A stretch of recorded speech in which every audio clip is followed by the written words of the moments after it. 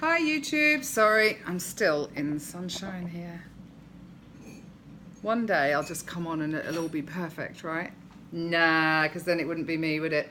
Anyway, hello and welcome to my channel. My name's Jan Silver and I've been video logging my journey to and beyond a gastric bypass, which I had almost 1 year ago. Almost 1 year post-op, that's absolutely crazy. I've lost 6 stone, I want to say 5 pounds. I think it's 6 stone and 5 pounds, which is win-win, winner-winner, chicken dinner. That's really, really good. I'm super happy with my progress. Today's YouTube isn't necessarily going to be about weight loss or my journey in that respect. So if you don't want to watch, feel free to click off now. I'm going to talk about my periods. I'm going to talk about my treatment next week and how I feel about all of that. So if you're not interested in that or you're a bloke, you can click off now. Thank you. I just thought I'd warn people because I know some people get a bit funny about when you're talking about stuff like that. So yeah, I have been suffering with endometriosis most of my adult life. I was diagnosed with something called adenomyosis about a month or 6 weeks ago. So I know I have a double whammy for the pains that go on in my stomach. And the reason I'm having a treatment next week, which is I'm having a NovaSure ablation instead of a hysterectomy,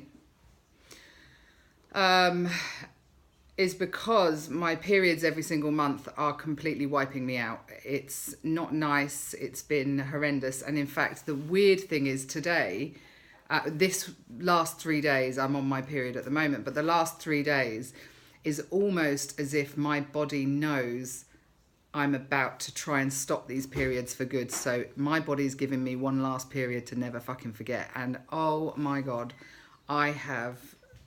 it's not been very nice. And if I haven't needed to leave the house, I can't anyway. I've just been in too much pain, number one. Number two, I'm bleeding more than I've ever bled in my life, and it's just not fun, and it's draining, and it makes you feel very, very weak. So Tuesday can't come quick enough for me really now. I've got to that point. And something else I was going to talk about or touch on briefly is when you get bariatric surgery, I think VSG is the same. You can't take NSAIDs, which are ibuprofen, and I have relied on the strongest ibuprofen all of my adult life to be able to reduce my pain when I'm having a period. And if I'm being really honest, I don't think anybody on my journey told me not to take those. I could be wrong. Now, somebody else that's gone through the same as with the same surgeon and hospital could say, well, actually, that we were told. I may have forgotten, but I don't think that anybody told me I couldn't take them. It was somebody within the community.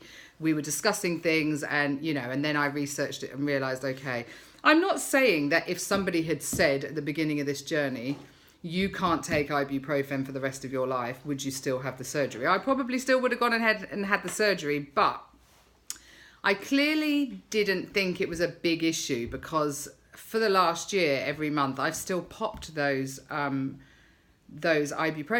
Only, I would say, 2 or 3 a day for 2 days. So maybe, let's say I've had 6 a month whilst I was going through the really, really bad bits. But as you all well know, I've had this odd pain in my side, which is down from your liver, underneath my right breast, underneath my rib cage, and it can be in the front or the back. So having a look at what that could possibly be, obviously going to Dr. Google like you do, I worried that maybe I've given myself an ulcer through taking NSAIDs, ibuprofen. I do take the biggest you can. They are 400 milligrams. So I am wondering, it's obviously crap self-diagnosis here, but I have been taking them. And I think the doctor had said to me at one point when I talked to her about my periods, how are you stopping the pain? And I said, oh, I'm taking ibuprofen. She said, I didn't think you should. I said, yeah, but if I'm not doing it long term, I didn't think it would be an issue. Anyway, I don't know that it is until I see the surgeon.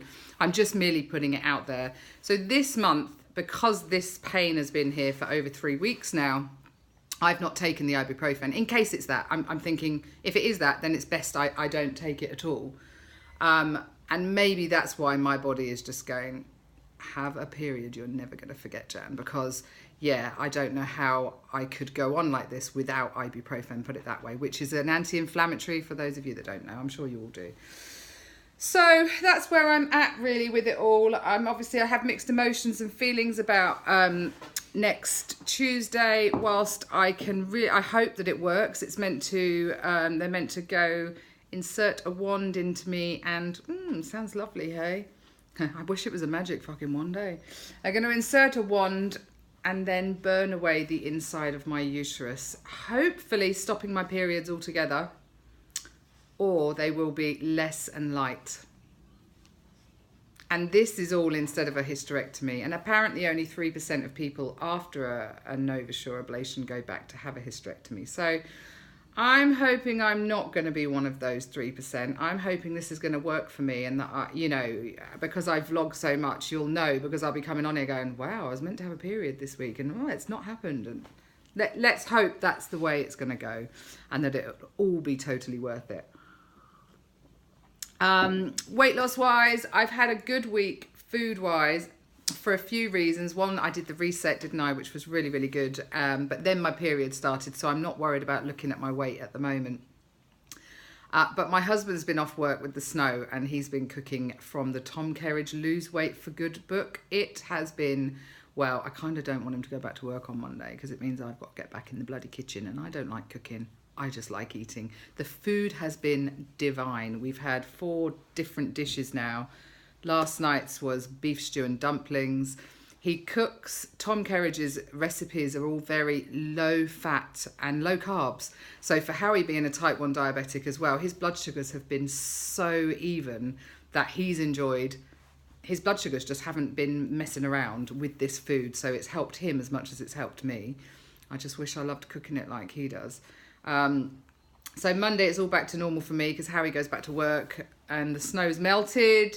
Spring looks like it's about to spring, although I'm saying that and I'm looking at grey clouds, but I can see sunshine. The birds are singing and they're extremely happy. So yes, guys, food wise it's been fine because Harry's been cooking. I've had a couple of glasses of wine over this weekend. I won't lie about that. I've not done any exercise due to my period, and that's another reason to want these to just go, because I hate the fact that it makes me stop my life, you know, and I can't do what I want to do. I can't be as energetic as I normally am. So periods, be gone with you, and then I can enjoy the rest of my life fitter and healthier, I hope. Anyway, guys, I hope Sunday's kind to you all. I hope you're all really well, healthy and happy, and whatever you're doing, wherever you are, stay safe. Please click like and subscribe if you haven't already, and I will chat to you again. If you need any questions, if you've got any questions, please pop them down in the comments below and I will get back to you all. Take care. Bye.